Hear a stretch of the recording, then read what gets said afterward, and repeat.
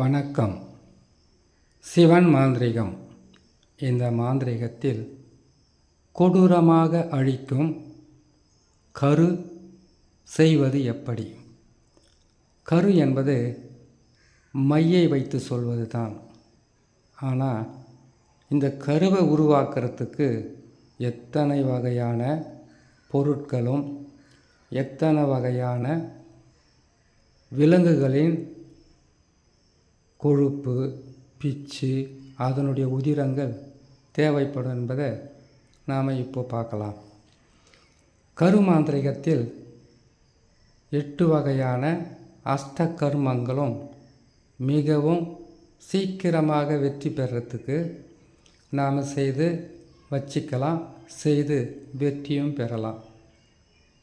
கரு நம்ம மனிதர்கள் செய்வதற்கு மிகவும் உதவியாகவும் ஒரு மாந்திரிகர் செய்து கொடுத்தா உடனே பலிதமாக உங்களுக்கும் மாந்திரிகர்களுக்கும் ரொம்ப பயனுள்ளதாக இருக்கும்.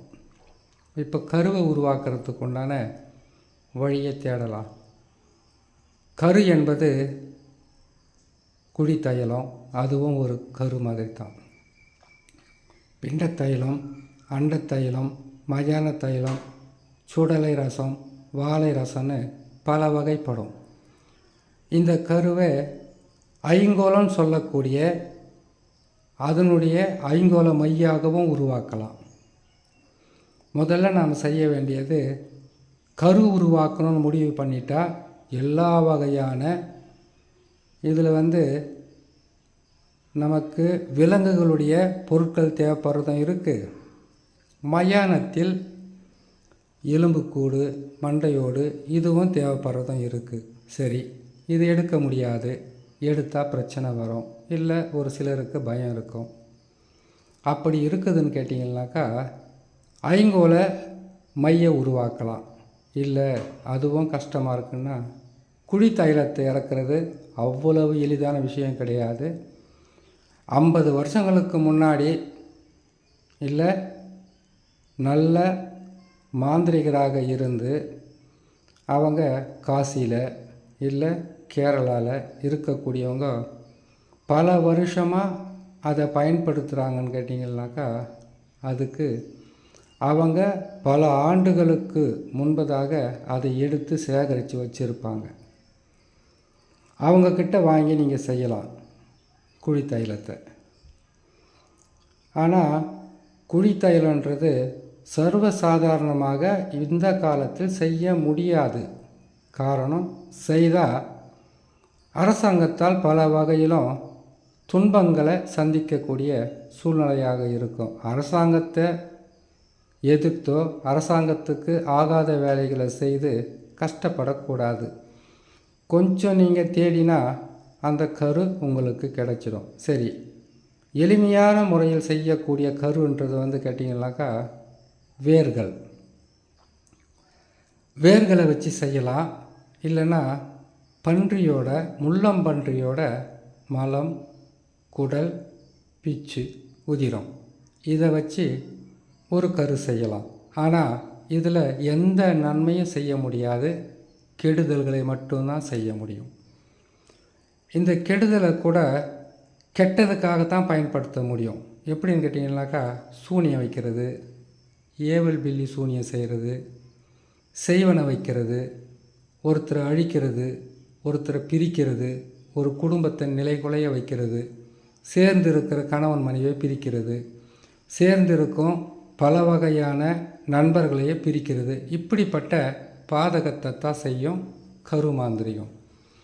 இதுக்கு நம்ம முன்னோர்கள் மாந்திரிகத்தில் சொல்லப்பட்டிருக்கக்கூடிய வேர்களும் சரி, விலங்குகளுடைய பல வகையான பொருட்களும் சரி இதுக்கு பயன்படும்.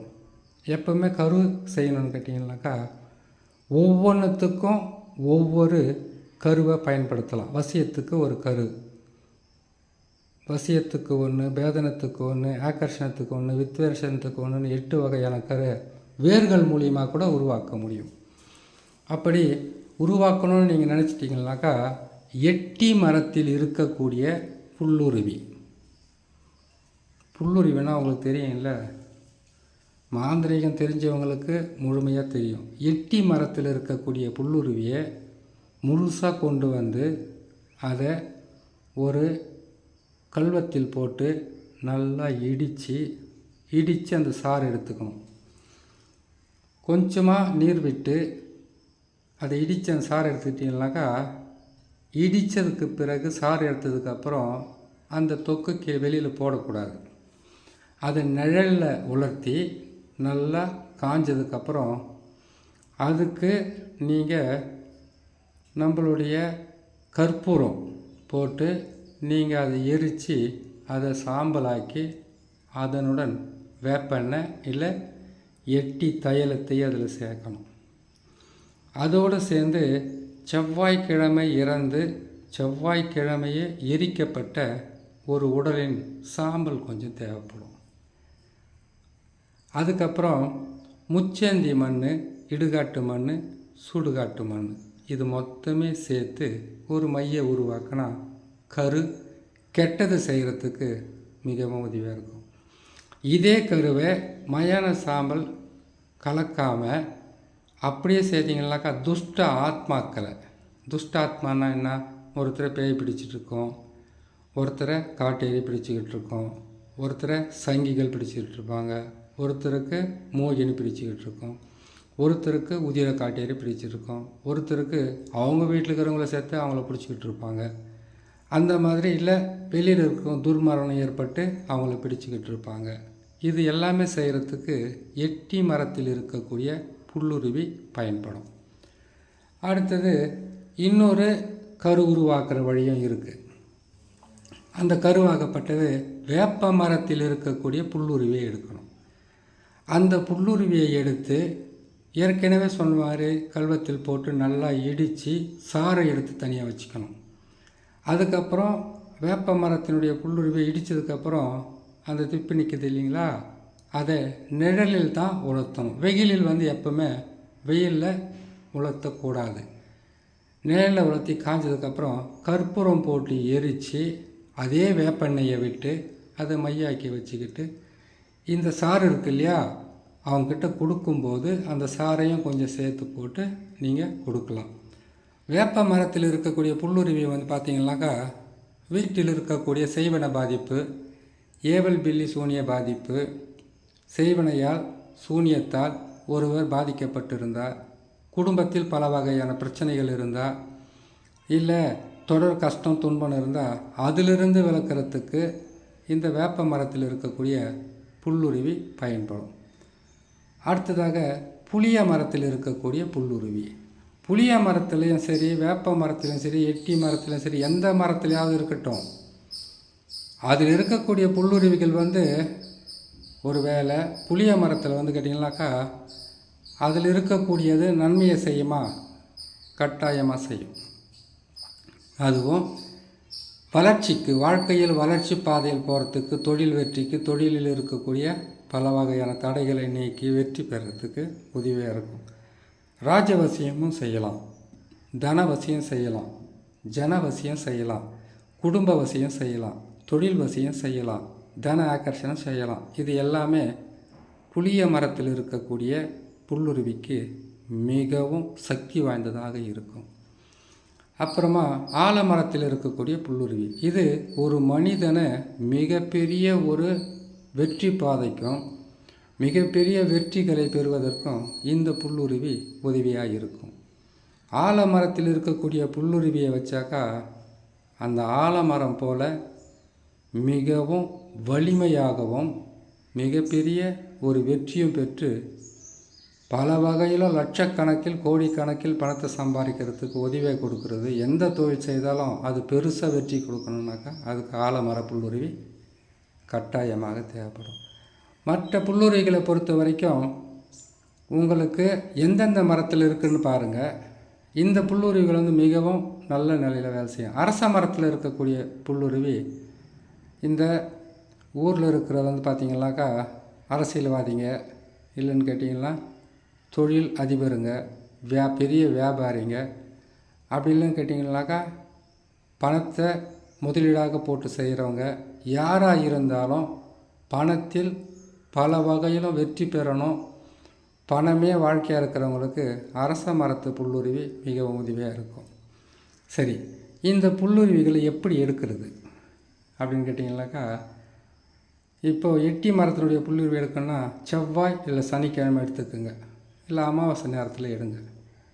வேப்ப மரத்தில் இருக்கிறத வெள்ளிக்கிழமை எடுக்கலாம், செவ்வாய் சனி எடுக்கலாம், ஞாயிற்றுக்கிழமை எடுக்கலாம். சரி, ஆலமரத்தில் இருப்பதும் அரச மரத்தில் இருப்பதும் எடுக்கணும்னு கேட்டிங்களேனாக்கா, புளிய மரத்தில் இருக்கிறது எடுக்கணுனாக்கா வெள்ளிக்கிழமை எடுக்கலாம்.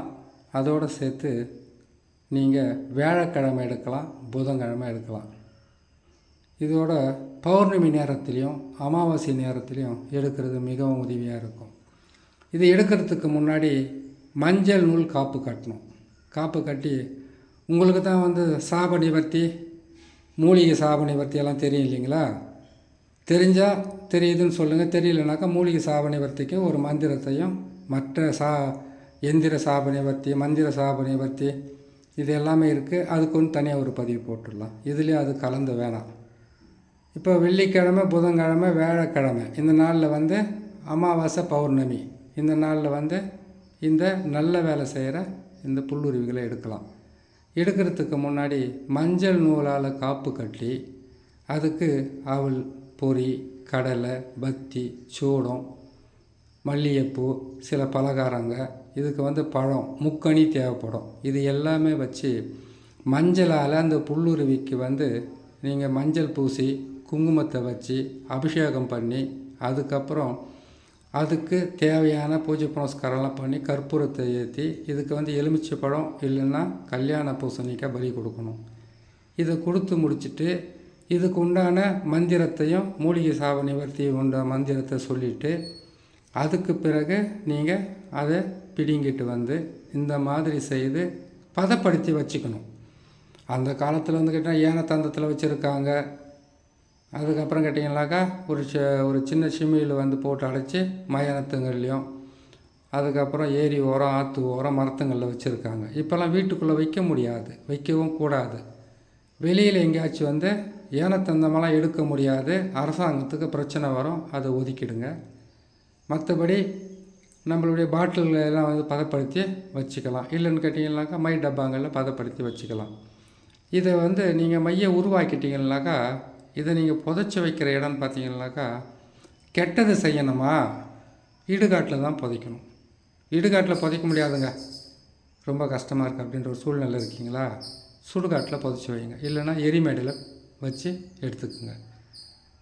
ஒரு 48 நாள் அங்கேருந்து 49வது நாள் எடுத்துகிட்டு வந்தீங்கன்னா உங்களுக்கு நல்லா பயனுள்ளதாக இருக்கும். சரி, நல்ல கருன்றது பார்த்தீங்கன்னாக்கா புளிய மரம், அரச மரம், ஆலமரம் சொல்லியிருக்கேன் இல்லையா?